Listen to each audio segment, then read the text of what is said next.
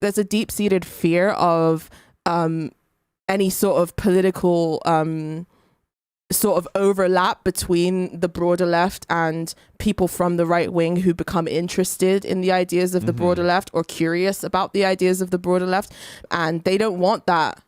They demand that their little club basically demands purity up front. You can't be part of the left unless you've done all the individual work, unless you've read books like white privilege, and you've decolonized your mind. White fragility or whatever, and you've decolonized your mind. Decolonizing wealth with a forward by Peter Buffett. Like, unless you do all of those pieties, then you're not part of the left. So how dare you try to engage with a right-wing audience? And I mean, they did the same thing with Zizek. And when Zizek went to debate Peterson, and I'm not saying that I'm a Zizek or that you're a Zizek at all. I'm not an academic. I'm just some fucking random person. No. But they tried I can eat hot dogs in the same way that Zizek I can too, actually. But people were also really like mad at Zizek because Zizek didn't go hard enough on Peterson. Yeah. But what they don't understand is that so many people watched that debate and came away thinking this Zizek guy isn't so bad. And maybe I should look into this. Yeah. Yes, loads of people. Yeah. If you look at the Reddit afterwards. Look at comments on the clips of that.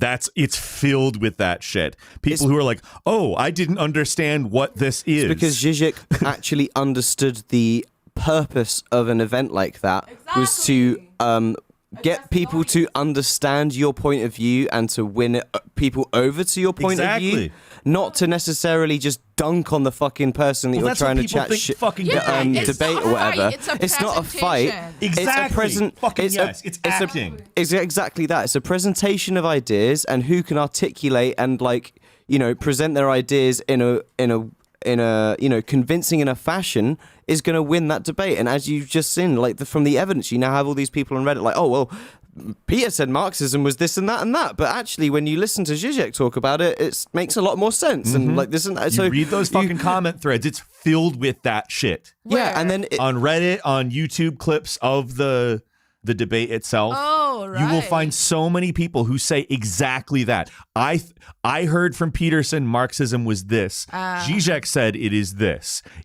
I looked into it, and he's the one who's right. The same line of thought as seeing all the Rogan bros underneath the Bernie episode then go, oh yeah, I mean public healthcare kind of fucking makes sense. Exactly. Yeah. Bernie Sanders also went on Fox News about a half year prior to that, and they fucking lost their minds about that too. Anytime anyone from the border left attempts to present, is offered a platform by the right wing and attempts to present the case of the broader left, these people freak out. They freak out. It happened to Bernie Sanders on Joe Rogan. It happened to Zizek. It happened to Cornel West as well when he went and talked to Milo. Cornel West actually went on, deplatformed on Censored.tv. Yeah. He's gone on to multiple shows on Censored. Gavin McInnes' show, Milo Yiannopolis. Candace Owens, he's talked to all of these right-wing figures, and it happens all the time. Douglas Lane of Zero Books was going to have Peterson on a Zero Books podcast, and that would have been incredibly fascinating to listen to, but he got pressured out of it as well and coerced out of it. And that's the thing, they're Karens. They will call your manager. And another thing that they another argument they tried to make is, oh, people worked hard on the left to deplatform Milo Yiannopolis, and you're resurrecting him. And it's like, number one, nothing the left did anything but made Milo more popular. You guys made him. Well, yeah. Your outrage was exactly what made him more popular. And also, the left did not deplatform Milo Yiannopolis. The right wing were the ones who damaged his credibility once he became politically inexpedient. No, that's not what represents us. We shall shut him off for now. Yeah, literally. They did that. They removed him from they removed institutional connections. They cut him off. He got all pissed off. He was like, I'm desolate. I'm in debt. I don't have any. And here's the thing. These idiots on Twitter think that happened because they mass reported him and got his fucking account banned in 2016 on Twitter. He was on fucking Bill Maher in 2017, Yep, like the yep, height of his career, yep, was yep. a year and a half after they got him Yep. banned from Twitter. Yep, It yep. didn't mean shit. Yep. And that's the thing. He is not a threat in any way. He's an idiot.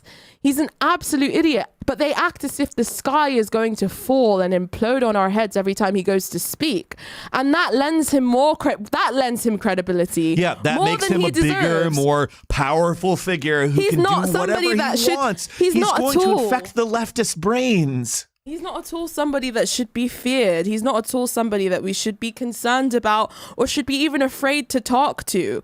And that's the reason why I'm considering offering myself up as to take your place. I offer myself up as tribute, like Katniss Everdeen did in the Hunger Games. I offer myself as tribute. I'm literally really considering doing this fucking debate because they need to be, number one, I think it would be interesting, and I also think it's my duty as somebody who believes in the broader left to make the case wherever possible. I would hate for the MythCon people to get some stupid liberal who it would just be looking for an argument or to like be like, read To this dunk book. on him, to make him to look dunk. bad. Yeah, to dunk.